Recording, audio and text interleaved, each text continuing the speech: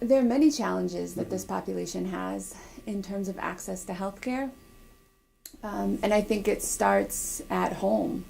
How are they able to get to the clinic?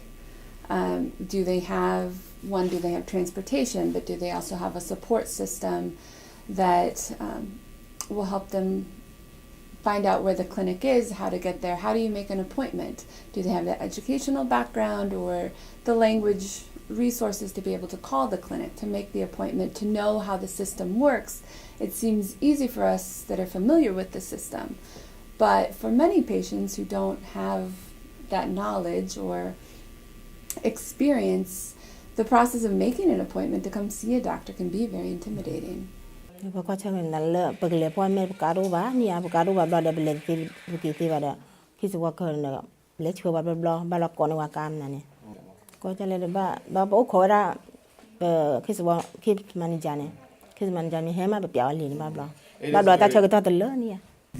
average middle-class American has their insurance through work.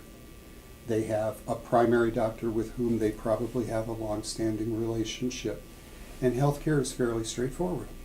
But for somebody who doesn't have insurance at work, or who may not have a job, and whose life may be very chaotic as a result of poverty or recent immigration, it's much more complicated. I have 8 children. I have 6 girls and 2 boys, anywhere from the ages of 14 all the way down to 2 months old. I am Puerto Rican. It is not that hard to get health care for ourselves. We are in a Title 19 program. Some medications are not covered. Some treatments are not covered. And if you're not covered, you're just pretty much out of luck because they won't do it unless you pay out of pocket. So it's kind of hard. Most of our families do have Medicaid, and that covers their health insurance. A lot of our families do have issues with transportation, getting to the doctor when they need to. They miss a lot of appointments because they rely on other family members for transportation. Yo tengo 2 trabajos y trabajo en el McDonald's aquí en la Forest, en la 31, y tengo otro aquí en el downtown, un restaurante.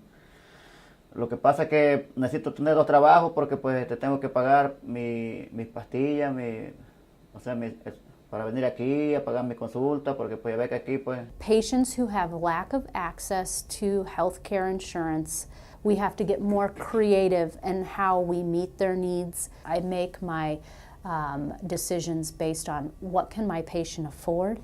One of the biggest things I see is they don't always know where to go.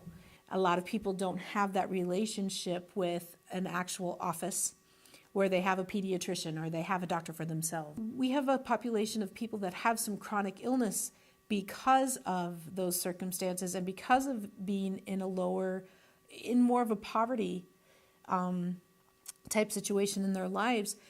Because I work for Broadlawns, I actually get really good health insurance.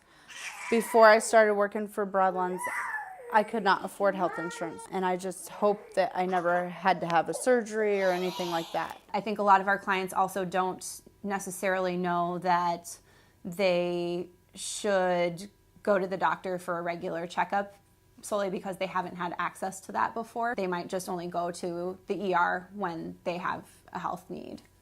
Last time I priced health care or health insurance, it was almost, actually a little greater than 3/4 of 1 week's paycheck. My medical bills generally run me less than $300 a year. I do have a hernia, and it's something I should have taken care of, but I'm going to live with it for now until I can either afford to do something about it, or I turn 66 and a half, or turn into the Medicare age, and I can get it go under Medicare with it. In February, it'd be 5 years away before I qualify for Medicare. I have to watch it to a degree, how I'm doing things.